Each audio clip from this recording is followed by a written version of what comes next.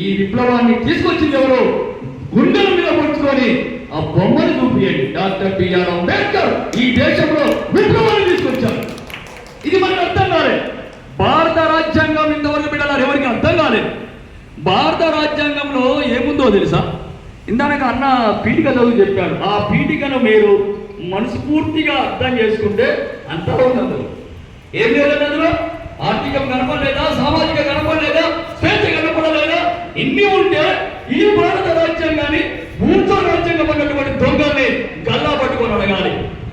ఇంత అద్భుతమైన రాజ్యాంగాన్ని రాసిన డాక్టర్ బిఆర్ అంబేద్కర్ ని బ్రిటిష్ కొడుకుని రోడ్డు మీద గల్లా పెట్టి అడగాలి. ఏం రాబాయ్, ఊరు బయట ఉన్న వాడిని సింహాసనం ఎక్కించే అవకాశాన్ని, చదువుని కల్పించిన అవకాశాన్ని, చదువుకు దూరమై ఒంటి మీద పెట్టలేని సమాజాన్ని ఇంత తెలివిగా తెల్ల తొక్కలు వేసుకుని నా పడలి నా జాతి మొత్తం కూర్చోగలిగిందంటే ఈ రాజ్యాంగం కదా. ఇంతకంటే ఏం కావాలి?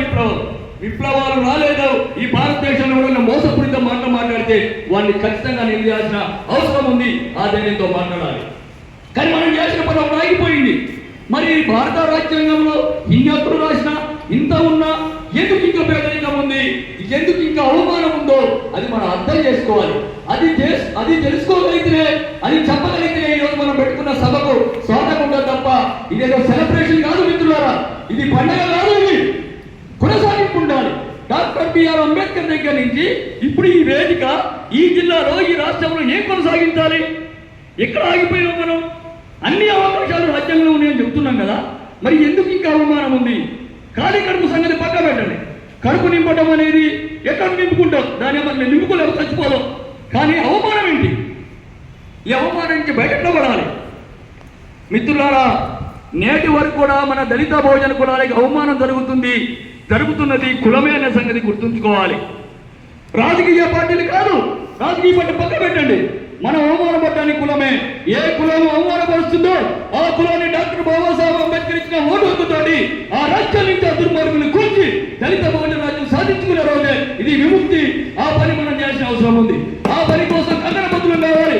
ఎస్సీ ఎస్టీ బీసీలు ఐక్యమై రాజ్యం సాధించుకుంటే తప్ప వేరే విముక్తి లేదు. ఆ పని మన మీద మన తాత పెట్టిపోయాడు. ఆ పని చేయాల్సిన అవసరం ఉంది.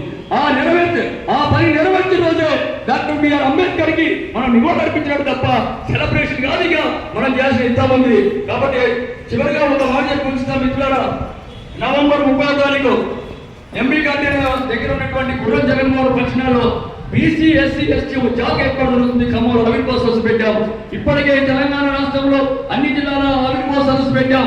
ఈ జాతికున్న ప్రత్యేకత ఏంటంటే రాజ్యాధికారం సామాజిక లక్ష్యంతో ఈ జాబ్ ఏర్పాటు చేస్తున్నాం. ఈ జాబ్ ఏర్పడిన తర్వాత బీసీల 42% రిజర్వేషన్ కోసం ఉద్యమిస్తాం. రాజ్యాధికారం ఉద్యమిస్తాం కనుక ఆ జాబ్కి మీరందరూ రావాలని, ఆ సభను కూడా సక్సెస్ చేయాలని ఆ రోజు జస్టిస్ ఈశ్వరయ్య గౌడ్ గారు వస్తున్నారు, మాజీ న్యాయమూర్తి అతను, అదేవిధంగా రిటైర్ ఐఎస్ చిరంజీవి గారు వస్తున్నారు, డాక్టర్ విశాఖరావు గారు వస్తున్నారు. మీరందరూ కూడా ఆ కార్యక్రమానికి వచ్చి ఎస్సీ ఎస్టీ బీసీలను ఐక్యమై ఈ ఖమ్మం ప్రాంతంలో ఉన్నటువంటి దుర్మార్గము రాజకీయ విధాన్ని కూర్చి దళిత బహుజన రాజ్యం సాధించుకోవడమే ఖమ్మం గడ్డ మీద డాక్టర్ బిఆర్ అంబేద్కర్ ఇవ్వాలని చెప్తూ ఈ అవకాశం ఇచ్చినటువంటి అదే ధన్యవాదాలు. సెలవు మిత్రులు.